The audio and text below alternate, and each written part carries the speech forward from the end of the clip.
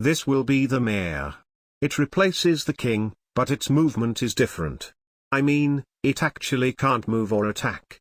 It's stuck there forever, but the mayor has an ability that can kick out any enemy piece out of the board by starting a vote to lynch any enemy piece. This ability can be activated 3 times and only works if you have more votes than your opponent. All pieces have 1 vote and mayor has 3 votes. You could also vote out the enemy king. It won't end the game, but there's a DLC if you want to win quicker. Just costs $500 and it allows you to vote out your opponents so they could no longer play. Juan became a tax collector, and no, he isn't single.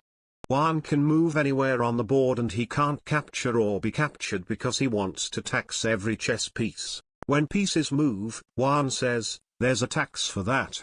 Every enemy piece has money equal to their value. King spent all his money on his army so he has no money. Moving costs $1. Pieces change sides when they can't pay taxes. They'll change back after moving once. And yes, this works on the king too, but it will be checkmate. EA just released a new DLC for Tax Collector Juan. This update gives Juan a hat, and a big upgrade to his ability. When enemy pieces move, they get taxed and all nearby pieces too. Squares that have credit cards can be bought with real money.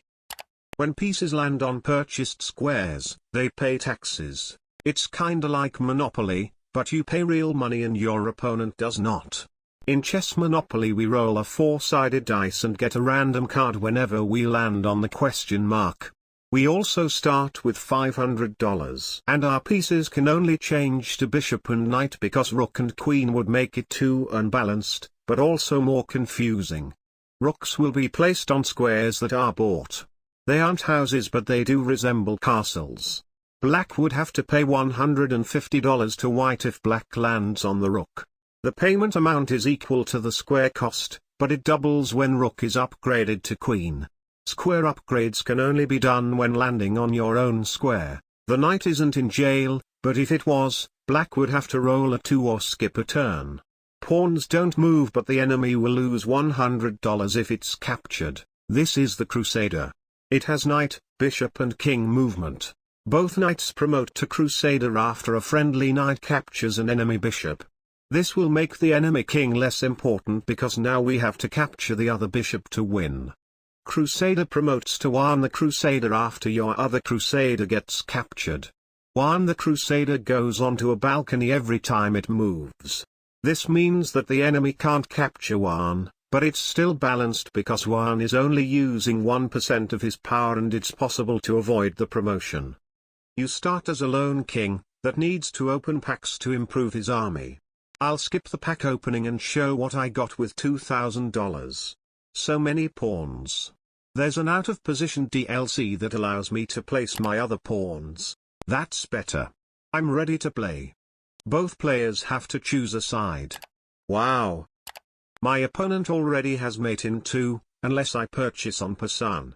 They can buy piece revival, so the smartest choice is to allow them to mate me, and then flip the board to win.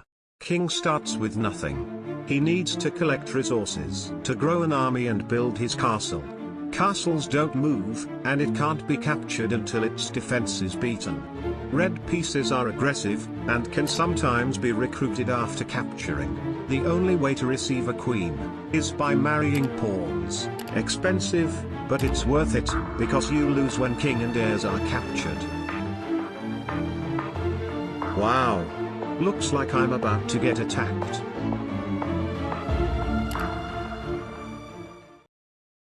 There's no roads because you won't need them. Also, the Oppressor MK2 will be the only vehicle. Just costs a few million, so I'll rob the bank. It's like a puzzle. I have to get to the vault without being captured by the bank's security. So far I've been caught once, but that was because I had no legal moves. It probably wasn't a good idea to capture the security pieces. They're kinda like a laser security system. Oh, it's just one cop. Okay, I'm not surprised. Good thing there's a cheat to fix this. That's better. What? Where's my pieces and what's this spinner thingy? It just gave me a pawn. Oh no. I'll have to spend more money, if I want to win. Okay, this is fine. You can't be serious. It was 75% chance of getting something good. I'm not mad. It's okay, I can still get something good. I'll just spin the queen one. Nearly 86% chance this time.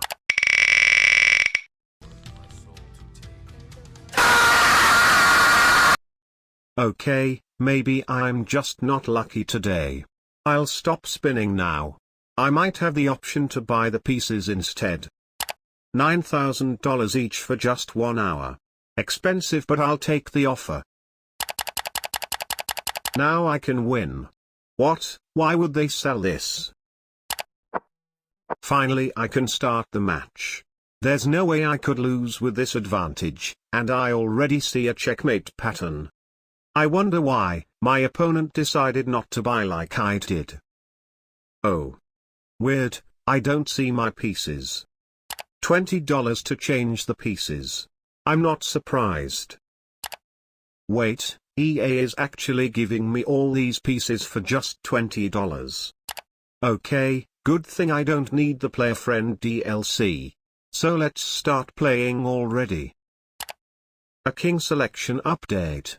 Expensive, but I want to try the king that costs $9,999, since I already know what the other kings do. Think this king only gives you a mate in one. Wait, my opponent just purchased first move. There's still no way I could lose. My opponent can't buy instant checkmate this time. The DLC that prevents that only costed $5,000. $500 to promote my pieces. Seriously? Okay. I'll lose if I pay $50 less.